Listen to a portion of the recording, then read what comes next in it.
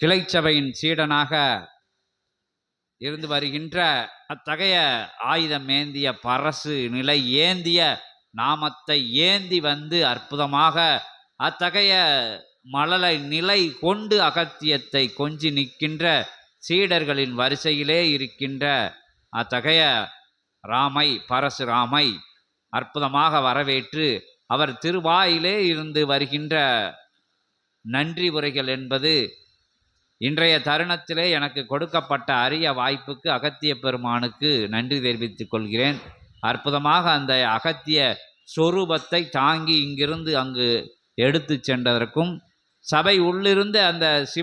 சிவபெருமான் பணியாற்றிய எங்கும் காணா யாருக்கும் கிடைக்காத அபூர்வ நிகழ்வினை அருகிலே இருந்து கண்டு கழித்த பாக்கியத்திற்காக அருள் சபையில் அமர்ந்து அருளாட்சி செய்கின்ற அகத்தியத்தின் திருவடியிலே நன்றியுடனே பணிந்து நிற்கும் அற்புதமான தருணம் அது. நன்றிகள் அனைத்தும் அகத்திய பெருமான் திருவடியிலே சமர்ப்பணம் செய்யப்படுகிறது. ஓம் அகதீஷாய நமக.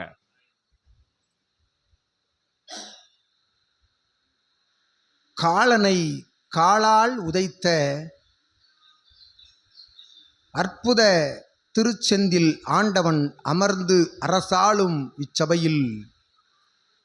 அவதார நிலை கொண்ட நாமம் கொண்டு 10 அவதார நிலைகளில் ஆற்றல் கொண்ட பரசு ராமநிலை அவதார நாமம் கொண்டு எறும்பீசன் அமர்ந்து பஞ்சபூத தலங்களில் நீர்தலமாய் விளங்கும் ஆற்றல் கொண்ட அற்புத அகிலாண்ட பரமேஸ்வரி அகிலா என்ற நாமத்தோடு விளங்கி அமர்ந்து ஆண்டு வருகின்ற அத்தலம்தனில் கிளை சபை கண்டு அக்கிளை சபையின் சீடனாய்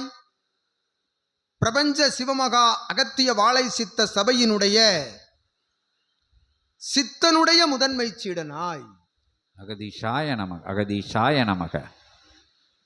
வாழை சித்தனுடைய முதன்மை சீடனாய் வந்து அமர்ந்து தன் இணையாலோடு துணையாலோடு தன் மழலையர்களோடு இன்புற களிப்புற்று அகமகிழ்வோடு பல்வேறு காலகட்டங்களில் பூஜை புனஸ்கார நைவேத்திய தவ நிகழ்வுகளில் வந்தமர்ந்து கலந்து ஒரு தொண்டனாக சேவகனாக நண்பனாக சீடனாக சித்தநிலை எதுவென்று அறிகின்ற சித்தனாக மாறி நிற்கின்ற அற்புத சீடனுக்கு அகத்தியன் யாம் நல்லாசி வழங்கி உள்ளுக்குள்ளிருந்து எழுகின்ற அகமகிழ்வோடு எழுகின்ற அற்புத நன்றி கலந்த அத்தகைய வார்த்தைகள் அது பிரபஞ்சத்தோடு கலக்கின்ற பொழுதே அத்தகைய நன்றியுரை வார்த்தைகள் என்பது தனக்குள் இருந்து தன் அடிநாத நிலைக்குள் இருந்து எழுகின்ற அத்தகைய வார்த்தை அர்ப்பணிப்பு நன்றி என்னும் நிலை. அந்நன்றிகள் அனைத்தும் உமக்கு நீரே உம்மை நீரே பண்படுத்தி கொண்டதற்கு நீர் உமக்கு கூறும் நன்றியாக அந்நன்றிதனை அகத்தியன் மாற்றி ஒருவன் பண்பட்டு வருகிறான் என்றால் ஒருவன் மாறி வருகின்றான் என்றால் அது அவனுக்குள் இருந்து அவன் எடுக்கின்ற முயற்சி. அகத்தியன் எத்துணை ஆசிகள் வழங்கினாலும் நாள் முழுவதும் அமர்ந்து ஆசிகள் உரைத்து கொண்டிருந்தாலும் அவ்வாசிதனை ஒரு வரி கூட விடாது தன் செவிமடுக்க கேட்டு தன் சிந்தைதனில் ஏற்றி அமர்ந்து அதன் வழி நடக்கின்றானே அவனே உண்மையான சீடன் என்று அகத்தியன் உரைத்து அவ்வாறு அகத்தியன் உரைத்த ஒரு வார்த்தைகள் கூட பிசகாது அதிலிருந்து அடிபிரலாது நடக்கின்ற அந்நிலைக்கு தாரை வார்க்கப்பட்ட அற்புத அரியதொரு வாய்ப்பு என்று அகத்தியன் யாம் உமக்கு நல்லாசிகள் வழங்கி இணையாலோடு நீர் பிரபஞ்சமகா சபைதனிலே என்றும் நற்சீடனாய் பொற்சீடனாய் முதன்மை சீடனாய் ஆற்றல் கொண்ட வாழை சித்தனுடைய சீடனாய் மழலையர்களோடு கால அவகாச நிலைகள் ஏற்படுகின்ற பொழுது சபை நோக்கி வந்தும் கிளைச்சபை நோக்கி வந்தும் ஆற்றலாக நீர் வலம் வருகின்ற பொழுது உமது இல் சபை ஓர் நாள் பொற்சபையாக